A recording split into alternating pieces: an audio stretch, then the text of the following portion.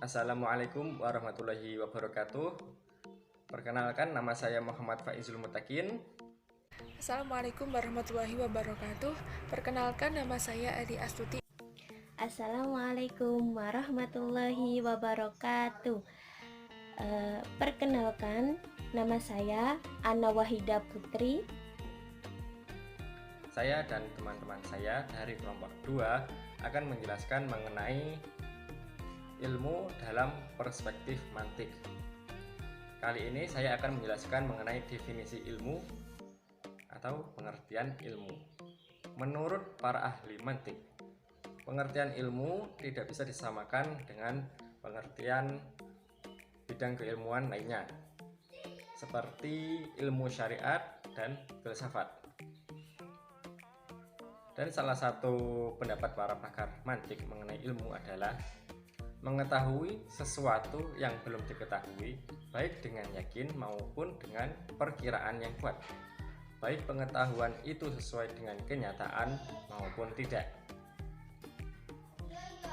Setelah itu, konsep ilmu sendiri menurut para ahli logika adalah mutlak al-idrak atau kesadaran secara sepenuh atau kesadaran sepenuhnya.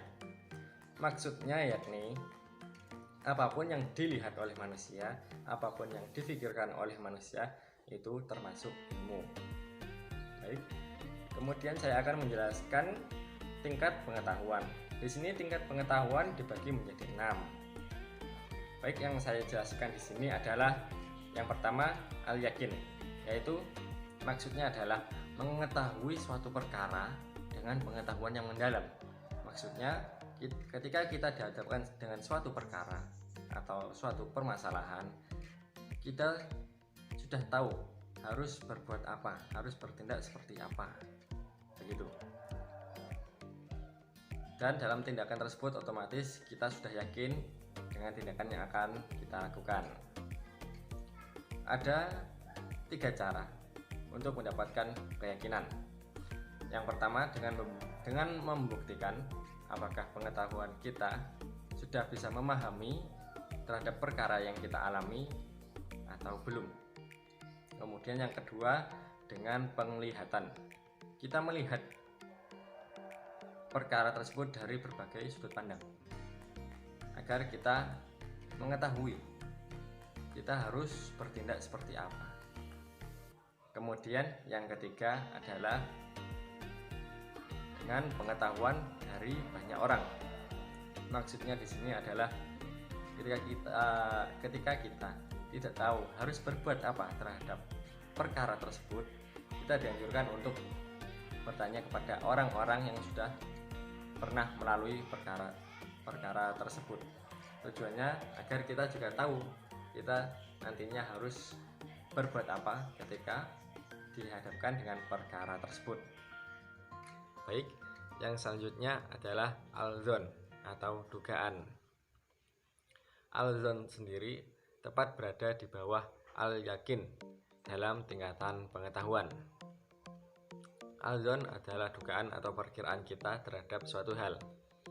Contohnya adalah ketika Anda melihat seorang mahasiswa yang rajin sekali dalam belajar, tekun sekali dalam belajar, maka Anda menyimpulkan bahwa mahasiswa tersebut akan lulus dengan gelar cum laude pada ujian akhir nanti. Apakah itu yang dinamakan dengan keyakinan? Tidak, itu bukanlah keyakinan, melainkan al-dzon atau dugaan atau perkiraan kita terhadap mahasiswa tersebut. Namun sekecil apapun kemungkinan, pasti ada saja satu atau 2 faktor atau beberapa faktor yang mempengaruhi ujian akhir mahasiswa tersebut sehingga tidak mendapatkan gelar cum laude pada ujian akhirnya. Nah, al-dzon ini tingkat persentase kebenarannya ialah 51 sampai dengan 99%. Baik, untuk selanjutnya akan dijelaskan oleh teman-teman saya.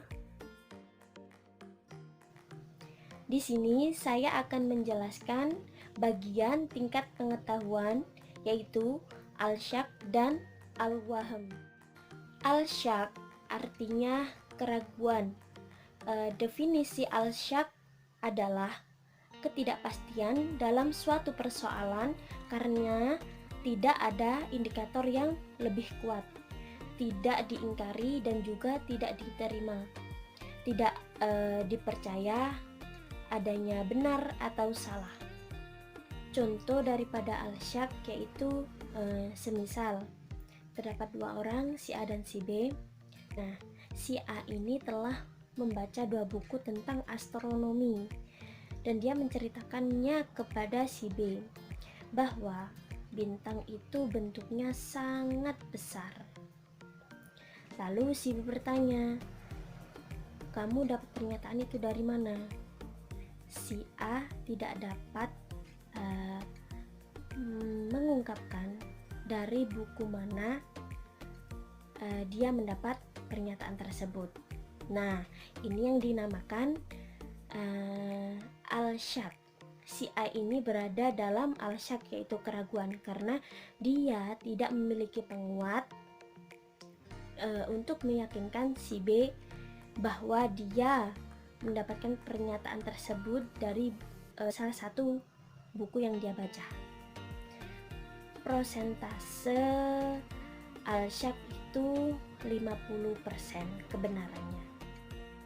Selanjutnya yaitu al-wahm yang artinya kesamaran atau ilusi.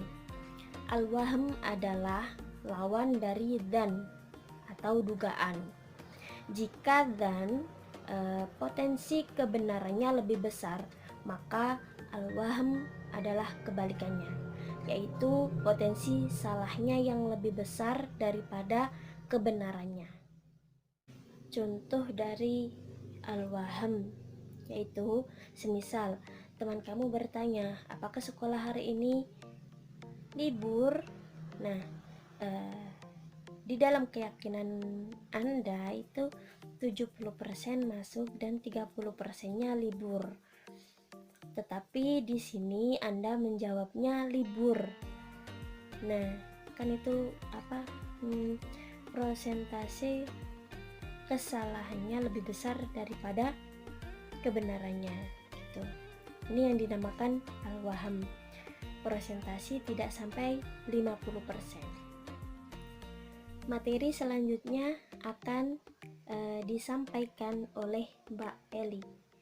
Terima kasih. Di sini saya akan menjelaskan tentang al-jahlul basit dan al-jahlul murakkab. Al-jahlul basit adalah kebodohan sedang, yang mana seseorang tersebut tidak mengetahuinya, namun dia sadar kalau dia tidak tahu. Contohnya adalah ketika Anda ditanya di mana letak sebuah buku, Anda menjawabnya ada di dalam tas. Sebenarnya buku tersebut tidak ada di dalam tas, namun ada di atas meja. Kemudian adalah al-jahlul murakkab. Al-jahlul murakkab adalah kebodohan yang bertingkat. Maksudnya adalah seseorang tidak mengetahui, namun dia tidak sadar kalau dia tidak tahu. Al-jahlul basit sangat berbahaya karena merasa bahwa dia benar dan dia tidak mau mendengarkan penjelasan dari orang lain.